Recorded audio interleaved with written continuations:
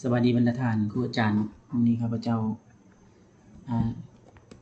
ทักทายสวัสดีในกลุ่ม Google Earth Pro เฮาเกี่ยวกับการ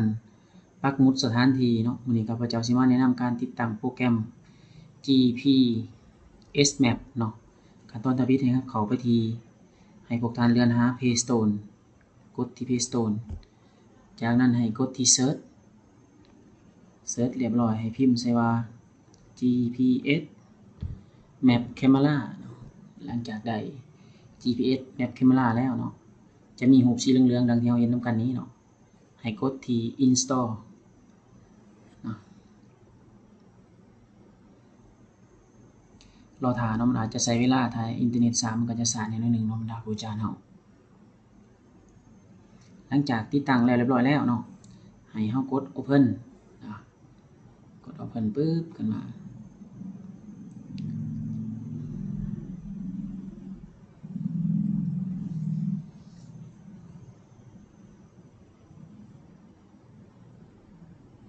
ก็จะได้แบบนี้ขึ้นมาเนาะให้เฮาเลือกเป็นภาษาไทยหรือภาษาอังกฤษก็ได้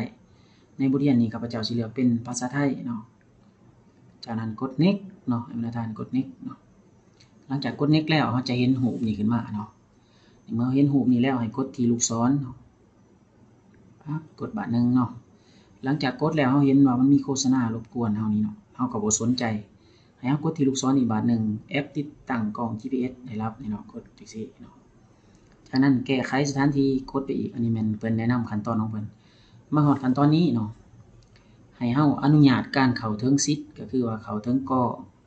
เข้าถึงไมค์เนาะให้เฮาอนุญาตเนาะนี่เนาะกดอนุญาตเนาะเข้าถึงตำแหน่งเนาะอนุญาตเนาะ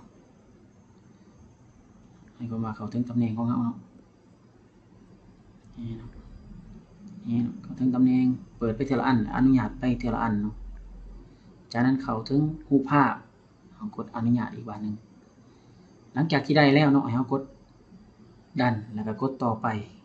บาทนึงเนาะหลังจากได้แล้วเนาะเฮาสังเกตเห็นว่า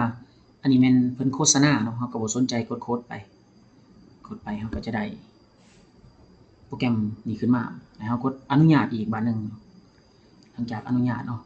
โปรแกรมนี้ก็เห็นว่าเป็นโปรแกรมที่อาจจะมีการโฆษณารบกวนเล็กน้อยจากนั้นให้เฮาไปที่ตำแหน่งกดที่ตำแหน่งจากนั้นเฮาไปยืนอยู่ในสถานที่โรงเรียนของเฮาอย่างที่เช่นตอนนี้ข้าพเจ้ายืนอยู่โรงเรียนมส.สารวัตรเนาะเฮาจะกดบวก1ครั้งกดบวก1ครั้งเฮามาเรียนนำใส่นำกันเลยจากนั้นเนาะอันนี้มันจะระบุตำแหน่งเลยในทันทีทันใดให้เฮาพิมพ์หัวข้อใส่ว่าตัวอย่างว่าอยู่มส.สารวัตรนี่เนาะสมมุติข้าพเจ้าสิพิมพ์ย่อเด้อแต่บรรดาท่านพิมพ์ให้พิมพ์เป็นชื่อเต็มเนาะข้าพเจ้าพิมพ์ใส่ว่ามส.สารวัตรแต่ว่าเวลาผู้อาจารย์เฮ็ดตัวจริงก็พิมพ์ว่าโรงเรียนมัธยมสมบูรณ์หรือว่าอิหยังก็แล้วแต่เนาะตามชื่อที่เป็นทางราชทางการหลังจากสำเร็จแล้วให้กดหมายติ๊ก1ครั้งเฮาก็จะได้ลองติจูดลัดติจูดทั้งที่เฮาได้เรียนนำกันหันเนาะได้เรียนนำกันนี่ขึ้นว่ามส.สารวัตรเนาะก็สิประมาณนั้นเนาะบรรดาครูอาจารย์ถือว่าการแนะนำวิธีการนำใส่บัดนี้เฮาไปฮอดโรงเรียนแห่งใหม่ก็ให้เฮากดบวกคือเก่าแล้วก็ใส่หัวข้อเฮ็ดตามเคยเนาะมันก็จะมีลองติจูดลัดติจูดอิหยังเรียบร้อยเนาะก็สิประมาณนั้นเนาะคันซั่นมาฮอดนี้เนาะการ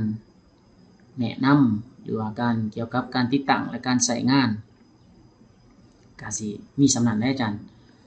แล้วก็อันต่อมาถ้าว่าเฮาสิเอากล้องถ่ายรูปเฮาก็กดถ่ายสมมุติว่าสถานที่ตึก ICT นี่เป็นโรงเรียนเนาะเฮาถ่ายปึ๊บเนาะสมมุติว่าเป็นประตูทางเข้าปั๊บเนาะ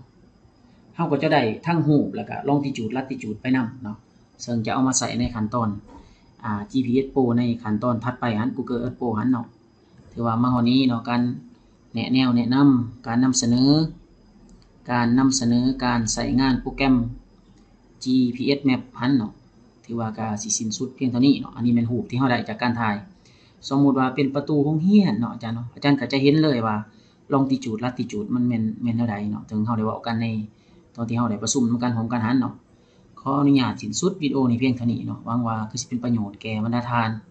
บ่หลายก็น้อยเนาะ